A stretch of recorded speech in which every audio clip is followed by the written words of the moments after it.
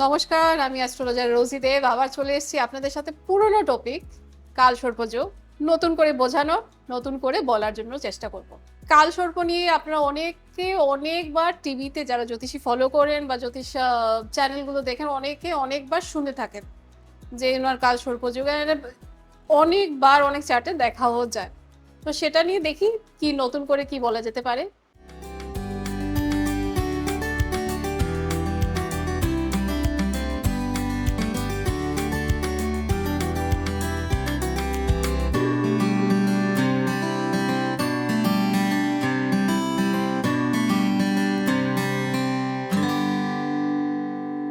প্রথম তো বলবো যে জ্যোতিষ যেগুলো ক্লাসিক বুক আছে, মানে ক্লাসিক ইন দ্য সেন্স যেগুলো পুরনো বুক বা যেগুলো ঋষির দ্বারা আমরা বিলিভ করি, যেগুলো পুরনো লেখা বা পুরনো বই, ওখানে কালসর্প যোগ বলে খুব একটা কিছু লেখা হয়নি। আবার বলছি, ওখানে কালসর্প যোগ বলে কিছু লেখা হয়নি। ইভেন কি ওখানে ছোট ছোট যোগ লাইক আদি যোগ, আমলা যোগা, ধনে যোগা, এই অনেকগুলো গজকেশরী যোগ, ইভেন কি মাঙ্গলিক যোগ নিয়েও লেখা আছে, কিন্তু কালসর্প নিয়ে খুব একটা লেখা হয়নি। ওভার দ্য টাইম যদি খুঁজতে থাকি তারপর পাওয়া যায় যে কালসর্প নিয়ে লেখা শুরু হয়েছে।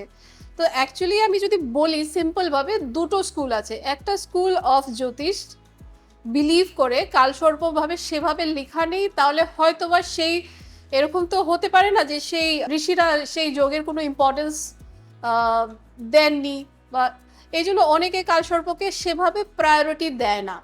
আর একটা স্কুল অফ জ্যোতিষ বিলিভ করে কালসর্প one of the important factor in life.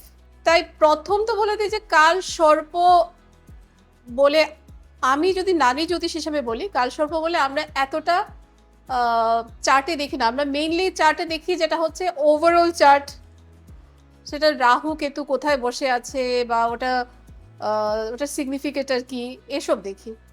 এবার আরেকটা স্কুল অফ থট যেটা, সেটা নিয়ে কথা বলবো। এর মধ্যে দেখা যায় যে কালসর্পকে আমরা 12টা ভাগে ভাগ করি, যেটা আরেকটা স্কুল অফ থট বলে। তার মধ্যে আমি অ্যাজ এ নারী জ্যোতিষ 2-3টে কালসর্প নিয়ে একটু বলবো, যেটা মোটামুটি অ্যাকচুয়ালি এটাকে চার্টে বেশ ইম্প্যাক্ট ফেলে।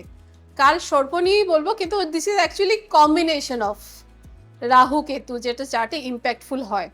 প্রথম যেটা কালসর্প থাকে সেটা হচ্ছে যেটা লগ্ন থেকে দেখা হয়, লগ্নের প্রথম লগ্ন থেকে সপ্তম ভাব, তার মাঝখানে যদি সবগুলো প্ল্যানেট পড়ে যায়, মানে লগ্নতে যদি রাহু থাকে আর সপ্তমে যদি কেতু থাকে, তাহলে সেটাকে অ্যানাদার স্কুল অফ থট, যেটা আমি বলছি অনেকে এটাকে কালসর্প বলে মনে করেন।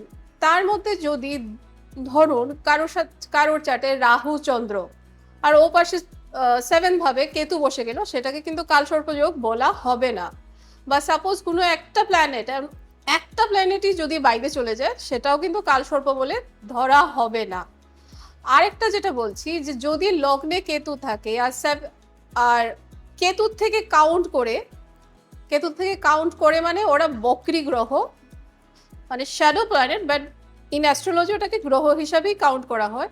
তো যদি বক্রীভাবে ধরি, তাহলে যদি সপ্তমে রাহু থাকে আর যদি ওটাতে কোনো প্ল্যানেট ওই পোর্শনে, মানে যদি মেষ রাশি ধরি, তাহলে মেষ, মীন, কুম্ভ, মকর, ওইভাবে কাউন্ট করব। ওখানে যদি প্ল্যানেট থাকে তো সেটাকেও কালসর্প ধরা হয় না। তবুও কালসর্পকে আমি যেটাকে ইম্পর্টেন্স দিয়ে থাকি সেটা হচ্ছে, যদি মানে যেটা ইম্প্যাক্টফুল হয় সেটা হচ্ছে অনন্ত কালসর্প, মানে লগ্নে রাহু বা কেতু, এখানে রাহুই বলছি যেহেতু কালসর্প নিয়ে কথা বলছি।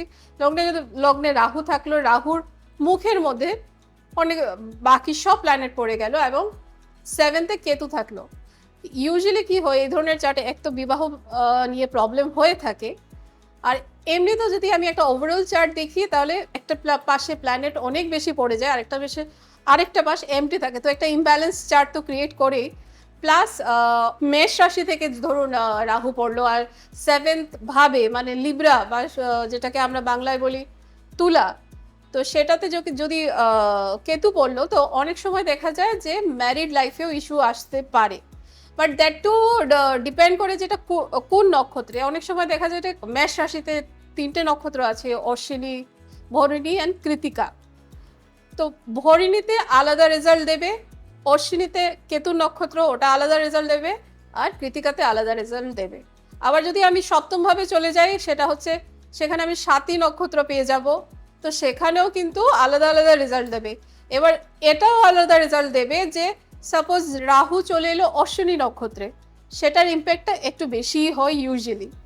কিন্তু হ্যাঁ, অনেক পুরনো কখনো কখনো কালসর্প ঠিক বলা হয় না, বাট একটা দোষ আছে, সেটা হচ্ছে হালকাভাবে যদি আমি কালসর্পেরও টাচে যদি যেতে চাই, তা নাগা দোষা বলে একটা দোষ আছে, তো সেটা নিয়ে পরে আলোচনা করব। আপাতত আমি এই অনন্ত কালসর্প নিয়ে যেটা বললাম, তো সেটা আমার মনে হয় ওয়ান অফ দ্য ইম্প্যাক্টফুল কালসর্প, বা এটা চার্টের জন্য খুব একটা ভালো নয় বলে কাউন্ট করা হয়।